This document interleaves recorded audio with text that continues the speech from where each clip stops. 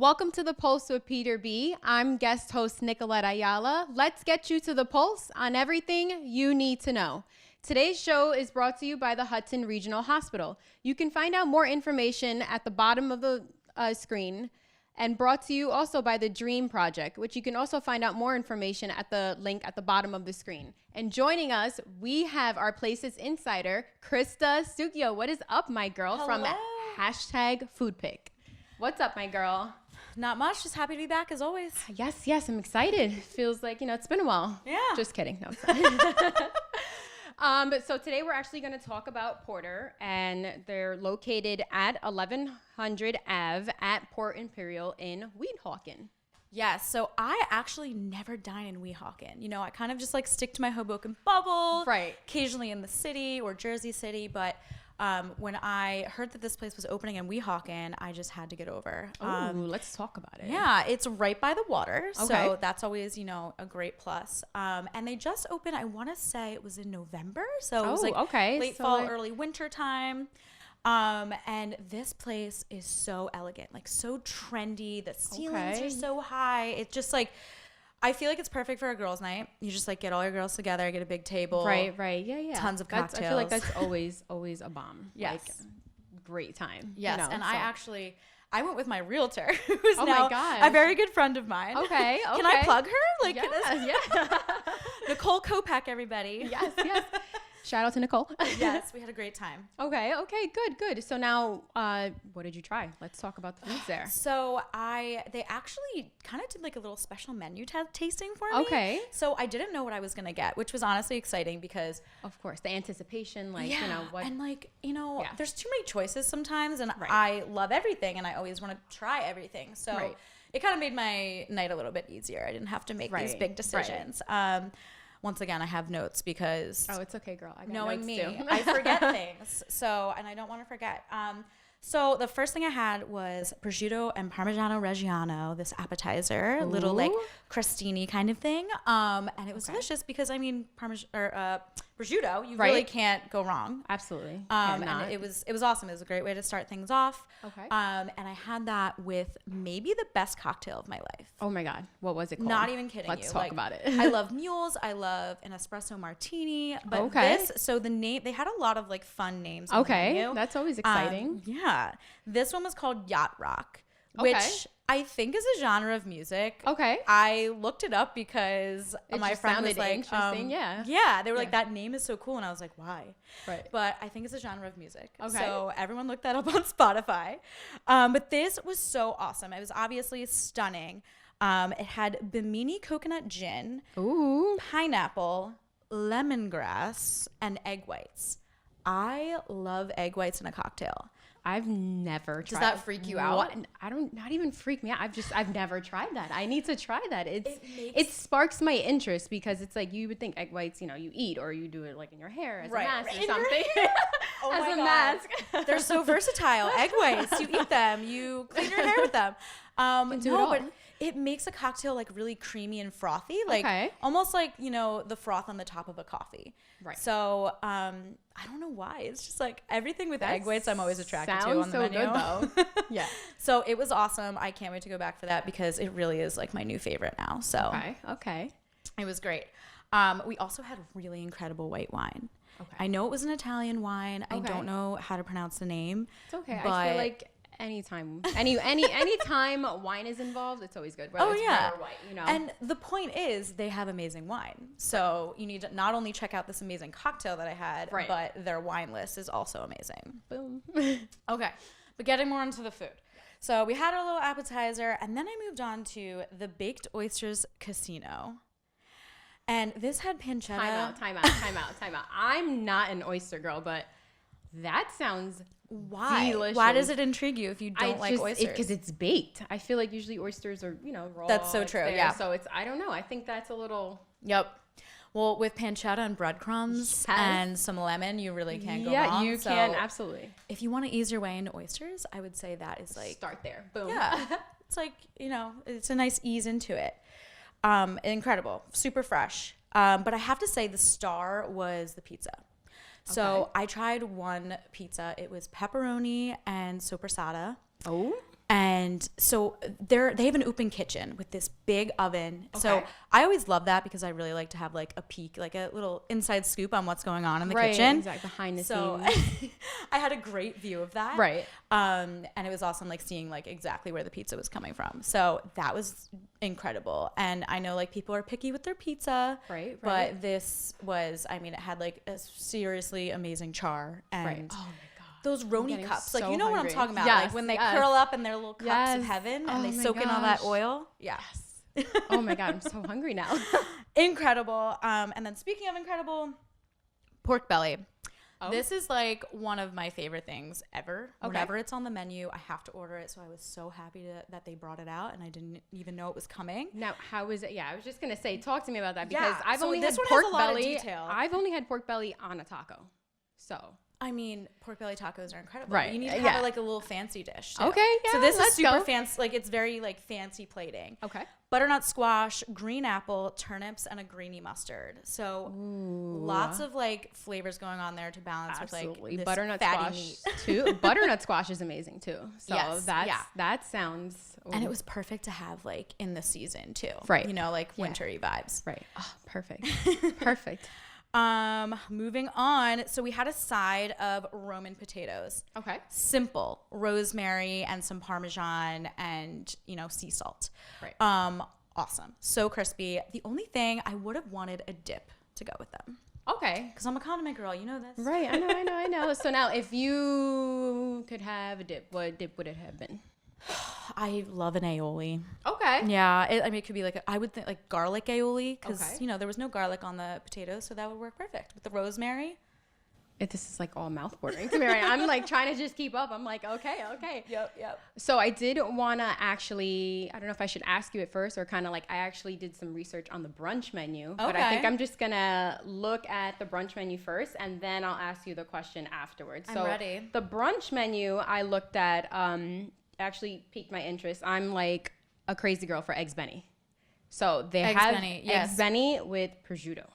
So I mean, that's a match made in heaven. I feel like that's just phenomenal. Yeah, you cannot go wrong with that. I haven't gone for brunch, so now I'm intrigued, especially because, I mean, Anthony David's has an incredible Benny menu, so now I'm like, is it better than Anthony David's? Oh my, I don't know. So it was definitely the eggs Benny, and I think it was called the HEC, which is prosciutto de Parma, mozzarella, ricotta, and egg. Again, prosciutto. So, I don't know. My inner Italian is coming out. I'm not even Italian, so it's just coming out right now. But I looked at that and I was like, oh my God, I have to go there for brunch. I have to go there for dinner. Like I'm just kind of like, gotta go there. Lots for you to try. I know, I'm excited. and the oysters too. Yes, you have to try oysters, I have to go there first. You really for do. that you specifically. Really do. So I did want to ask you one thing before we wrap up. Mm-hmm. If you could not so much compare, you know, this place in Weehawken, Porter from Weehawken versus somewhere in Hoboken, like what would restaurant that you would kind of like reminds you of a similarity? I would say, I mean, the open kitchen definitely reminds me of Antique. Okay. And I'm obsessed with Antique. It's, I think, my favorite spot in Hoboken. So I always love an open kitchen concept, and that definitely reminded me of there. And then with like kind of like the more Italian vibes, I would say maybe a mix of like Urban Coal House and Bin 14. Okay. Yeah, because like, I don't know, the pizza, like right. It just kind of like gave me that vibe. And like you said, the ambiance of it and everything. Exactly. So yeah. Awesome. Well, I can't wait for us to try this place together. We're going back together. Yeah. We gotta go back together. Date night. All right. Absolutely. I'll pick you up, girl. All right, Krista, it was good seeing you. I'm glad we were able to do this like always. Mm-hmm. And I'll see you soon. See you soon. We'll be back, folks. Peter Biancamano, your hostess with the mostest of the Pulse with Peter B. Folks, don't forget to visit our Facebook page at the Pulse with Peter B. and make sure you like and follow us on there. We're constantly updating that page with new information. And also on Instagram, for all you grammars out there, make sure you follow us there as well. We're constantly putting these really cool stories, previewing all of our episodes. And if you don't want to DM us through our Instagram or message us through our Facebook, you can always email us. And that's at thepulsewithpeterb@gmail.com. We look forward to hearing from you. And welcome back to The Pulse with Peter B. I'm John Edmonds from the Eyes and NJ News Network, and I'm blessed to be here once again. at the Peter Biancamano Studios. Thank you so much for joining me today, Josh. It's good to be here with you. You're definitely a welcome guest host. I try to do my best. So it's definitely something I'd like to talk to you and the viewers about is cannabis in New Jersey. It's no longer taboo to possess it, smoke it, or even to do whatever you like with it. Is this true? Well, it is still illegal to purchase it, and it is illegal to sell it. But if somehow magically it just materializes in your pocket, you're no longer breaking the law. So how does that work? I mean, how is someone essentially supposed to go out and obtain this? I mean, to me, it's just unfathomable. I just can't understand it. Well, right now, the people that we've unfortunately elected to rule over us must have been, and probably still are, exceptionally high because creating a legal regime in which it'll take probably up to a year before there are legal adult use dispensaries. That's the ridiculous term that they're using. They're calling people that are of a majority enjoying marijuana the same way people enjoy alcohol. They're calling it adult use. It sounds like it's a sex shop. I don't know anyone that wants to make sweet, sweet lovin' to their Mary Jane, but they didn't. There's no mechanism to rush the process. Several medical dispensaries that exist in the state of New Jersey have certain legal hoops they have to jump through before they're able to sell to other people, if they'll ever be allowed to sell to non-medical adult use users of marijuana.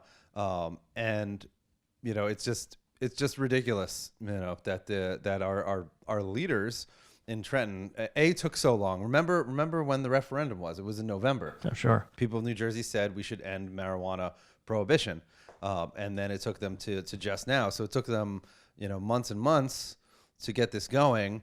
If you really look back at when Governor Murphy ran, he promised to legalize marijuana. So it's actually taken him years, and yet there's still no place that you can legally purchase pot. Right, you are. I mean, I just actually went to a party. Mr. Ed Fortune, the New Jersey weed man, he actually just had a party this Saturday celebrating the fact that cannabis is officially legal here. Yet he's doing this. His operations there are completely illegal. They don't follow the law, and yet he was able to throw his party and satisfy his patrons and customers and keep them content. So the law is kind of interesting, and by interesting I mean stupid. In that there's certain rules and certain, there's a penalty if you have above, I believe, 6 ounces of weed, which is a ton of the burning bush. And then if you're caught selling it, I think that the first penalty is you get a $250 fine. If you're caught a second time, it's like a $500 fine, and so on and so forth in the new legal regime. So everybody that had a dealer that was illegally selling it is going to be continuing to illegally sell it, possibly even more brazenly. And the huge problem with the law, as it was written, really it's a series of several laws, is that it not only legalizes it for adults, which is what all the voters that voted in the referendum voted for, but it also decriminalizes it essentially for children. And that is a huge problem. What do you say? I would agree. I mean, if I was raising young here in this state, I don't believe I would want my children ingesting that at such a young age.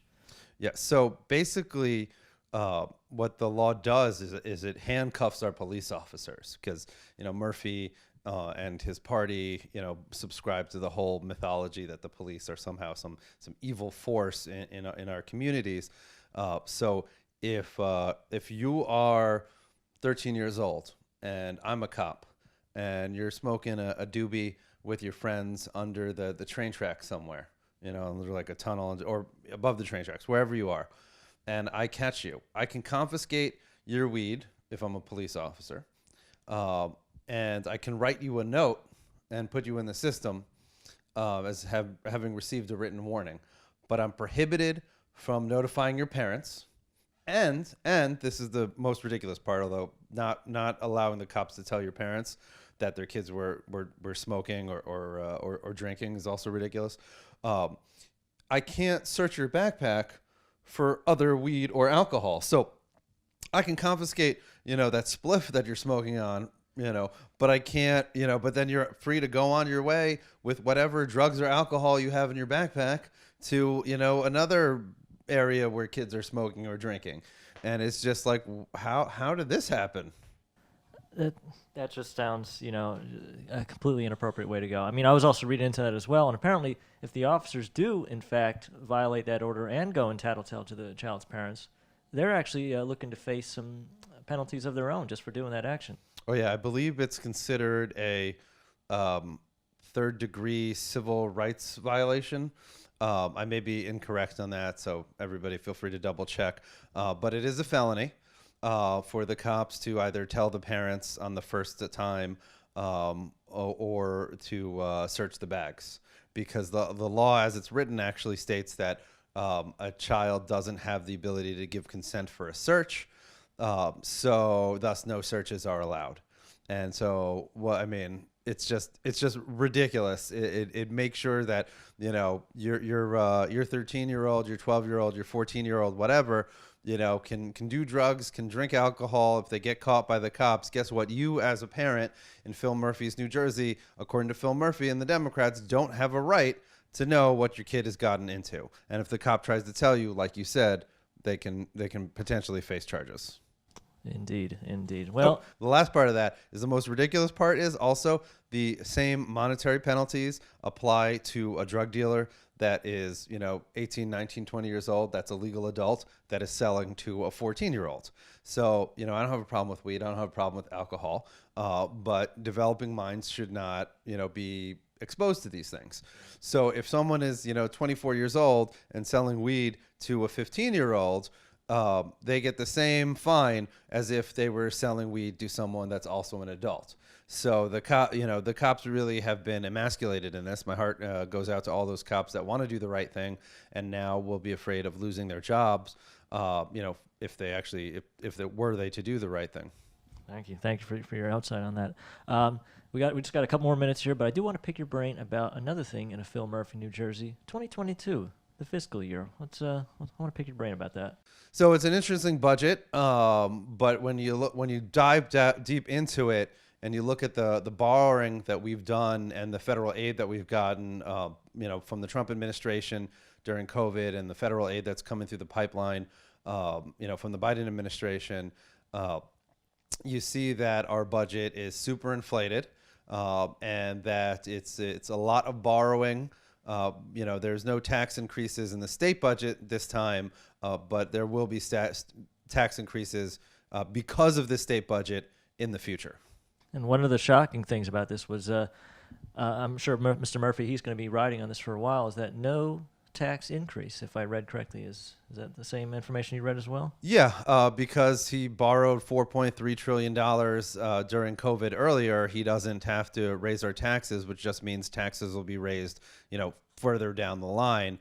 But really, 1/3 of small businesses are dead. There are many people that still haven't received their unemployment checks.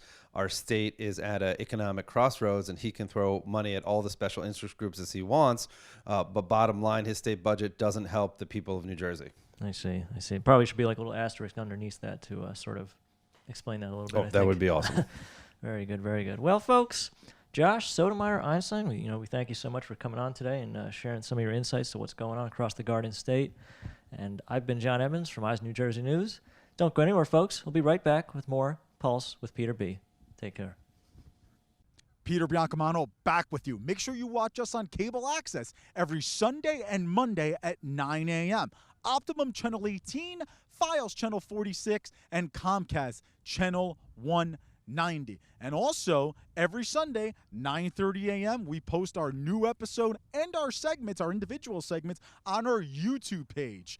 You're not going to want to miss it. Please subscribe to our channel there. We'll see you there. Welcome back to the Pulse with Peter B. Peter Biancamano, back in the host chair, but digitally, as you can see, via Zoom. And I don't know if you noticed, folks, but I've got all of this energy going on right now, and that's because I've just been drinking these Bible Energy iced teas right in front of me, and we have an extremely special guest today, and it is actually the founder and director of operations of Bible Energy Tea, and that is my good friend, Dan Leveson. Dan, how are you today, buddy?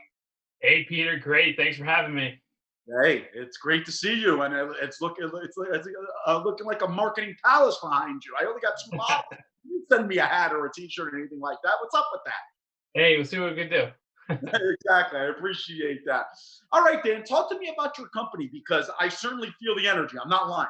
And as you can see from my voice, talk to me about when you started and what gave you the idea for the concept behind Bible Energy Tea.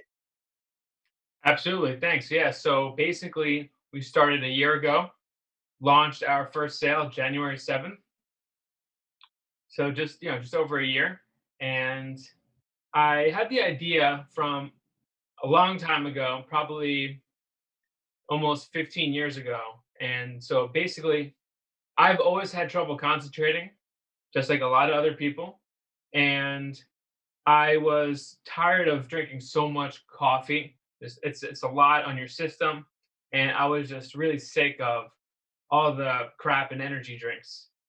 And we're talking tons of sugar, artificial sweeteners, flavors, preservatives, and I've always been a pretty health conscious guy. So, you know, having to pull all-nighters and cram and study in college and just being like just all hyped up on this stuff, I really started to think about, can there be a better way? Can there be a better product? And so that's kind of when that whole thing started. Very, very cool. Now, what makes your product better? I mean, and I have to be honest with you, I did some research here on a nutrition facts, and not because it's staring at me right in front of my face. And I Yeah. have to say, Dan, I mean, 3 grams of sugar for 8 fluid ounces, that is nothing. I mean, absolutely phenomenal. What type of ingredients do you use in here that is still giving me this wonderful energy that I I'm gonna do a shameless plug. have? Oh, There you go. Drink it. Oh, two can play this game there, Dan. Two can wow, play. that's good. Mm, it's very good. Absolutely. Very, very good. So what's in here, Dan? Yeah, so let me tell you about the Bible promise. First off, you know, being natural and being clean label product is extremely important to me personally. And so when I developed a brand, I wanted to make sure that that was part of the product too. So the Bible promise is we will never use artificial sweeteners, artificial flavors, artificial colors, and artificial preservatives. Those are 4 things we do not use. And we're very transparent about that. Put it on the label, put it on the website. And that was a lot of the reason that we developed the product in the first place, to make sure we can offer that to people. So your question is, it's an excellent question, right?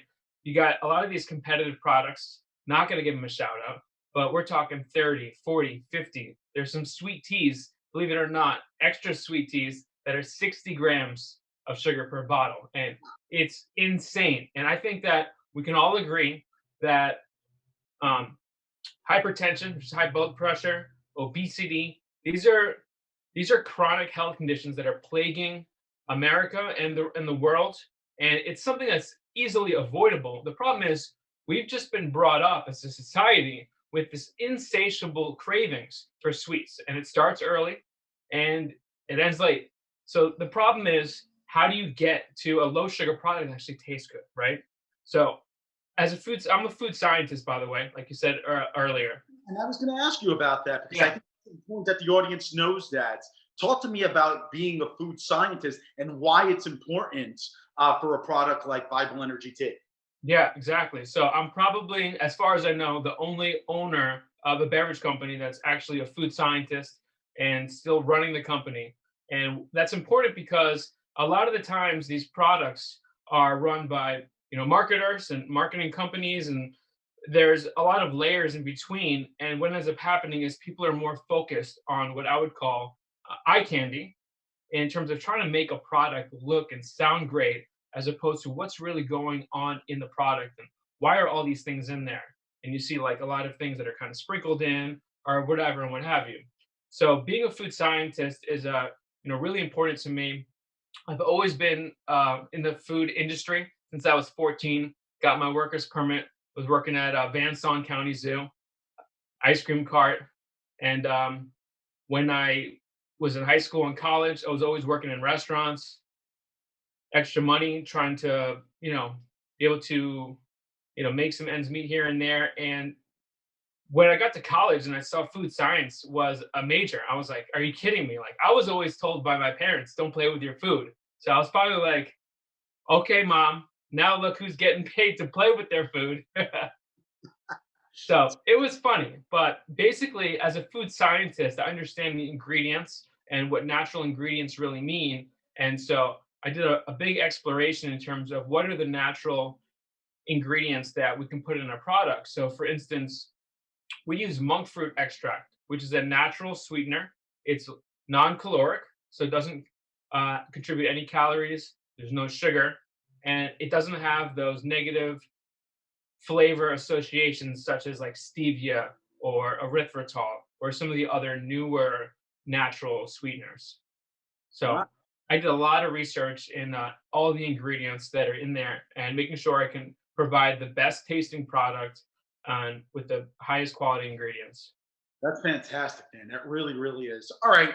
We have a few minutes left here. Where can people find your product? Do you have any social media handles, whether that's in the Hoboken community or the Hudson County community? You can spout off stores. We'll give them credits at the bottom of the screen, we swear. And, obviously we know you're on social media and I'm pretty sure you have a website. So talk to me. Where can people go and purchase Bible Energy Tea? Yeah, so right on our website, we have a list of our stores. Our website is drinkbible.com/store locator. You can see it from the top of the page. We are predominantly in North New Jersey, and we have a lot of stores in Hoboken, about 10 to 15 actively. In Jersey City, we got another 5.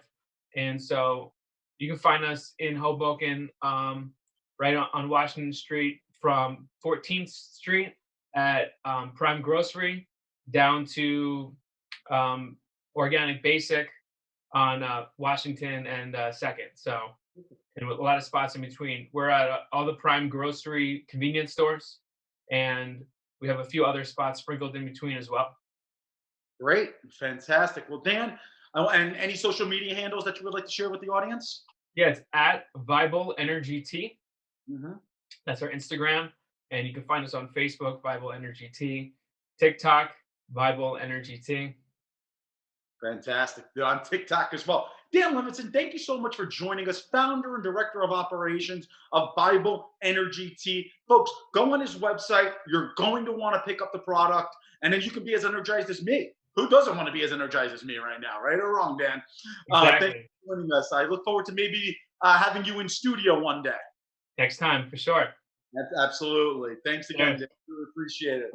Folks, thank you for joining us on this week's Pulse. This week's show is brought to you by Hudson Regional Hospital. You can find more information from our friends at Hudson Regional Hospital at the link below, and the Dream Project. You can find more information about the Dream Project at the link below as well. I want to thank you for joining us on this week's Pulse.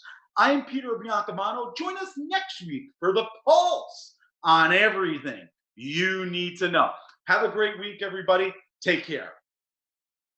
The Pulse with Peter B. is a proud partner of Eyes on NJ.